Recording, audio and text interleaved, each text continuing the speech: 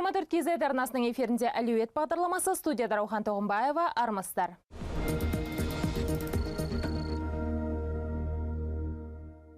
Дүниежүзінің орталық банктері қазан айында өздерінің алтын қорларын толтырды. Қазақстан соңғы 3 жылда өз қорын еселеп жатыр. Бұл туралы ЛС порталы хабарлап отыр.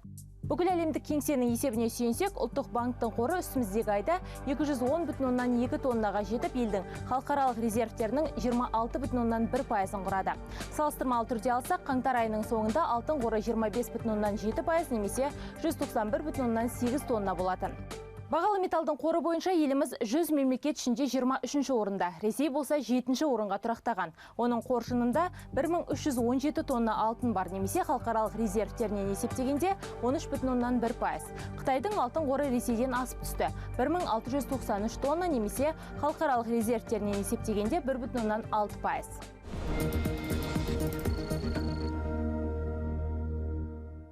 Норвегияның мемлекеттік зейнетақы қоры 3-ші тоқсанның қорытындысы бойынша 4,9% деңгейінде теріс табыс динамикасын байқатты. Шығын 273 миллиард крон, немесе 32,2 миллиард доллар болды.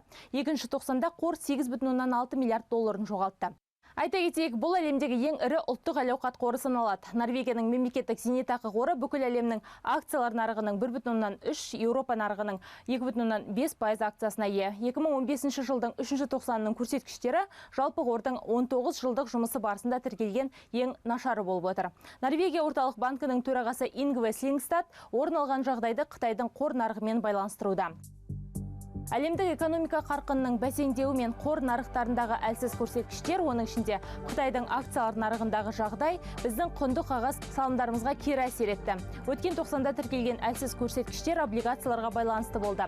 Қордың 37,3%-ы соған тиесілі. Шілде айында қор активтері аса көп зардап шекті, деді ол.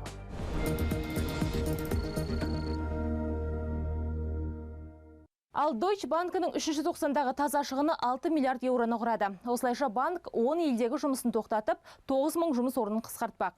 Қаржы ұйымы Дания, Финляндия, Норвегия, Мальта, Жаңа Зеландия, Аргентина, Чили, Перу, Мексика мен Уругвайдағы бөлімшелерін жаппақ. Сонымен қатар Бразилиядағы сауда операцияларын басқа жаһандық және өңірлік орталықтарға көшірмек. Бұдан басқа банк өзінің халықаралық және инвестициялық бөлімшелеріндегі клиенттер санын 2 есеге қысқартатындықтарын жеткізді. Мұндай шешім әсіресе операцияларды жүргізудегі тәуекелі жоғары елдерге қатысты болмақ. Өз қызметкерлерін қысқартқанынан бөлек, Deutsche Bank 6000-ға жоқ кеңесшілер қызметінен бас тартпақ. Сондай-ақ қаржы ұйымының еншілес кәсіпорны Постбанкты сатылымға шығаруды жоспарлап отыр. Онда 15000-ға жоқ қызметкер еңбек ететінін айта кету керек. 3-ші тоқсанда банктың таза шығыны 6 миллиард еуроны құрады. Бір жыл бұрын бұл көрсеткіш 92 миллион еуро шамасында болатын. 90-ның қорытындысы бойынша жылдық табыс 7%-ға төмендеп, 7,33 миллиард еуроны құрады.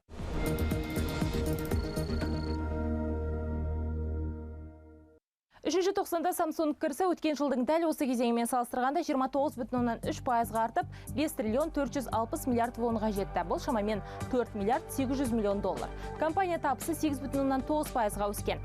Өсімге смартфондарға сұраныстың артуы ықпал еткен. Кәсіпорын басшылығы сондай-ақ сомасы 11 триллион 300 миллиард вон болатын акцияларды сатып алып, оларды айналымнан шығаруды ойлап отырғандықтарын жеткізді. Акцияларды сатып алу бағдарламасы корпорация тарихындағы ең ауқымды компания болып отыр. Қыркүйектің соңындағы жағдай бойынша Samsung көлемі 70 триллион вон болатын еркін қаржы айналымына ие.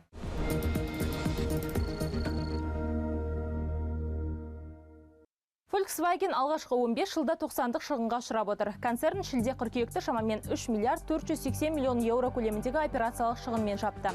Көлік өндірушінің қаржылық қорытындысында дизельгейт аталып кеткен дау-дамай әсер етті.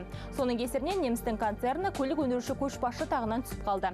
Оның орнын қайтадан Toyota басты. Дау-дамайдың кесірінен концерн бір тоқсанда 6 миллиард 700 миллион еуро шығынға ұшырады. Сарапшылар болса, осы жылы операциялық кіріс өткен жылмен салыстырғанда анағұрлым төмен болатынын айтады.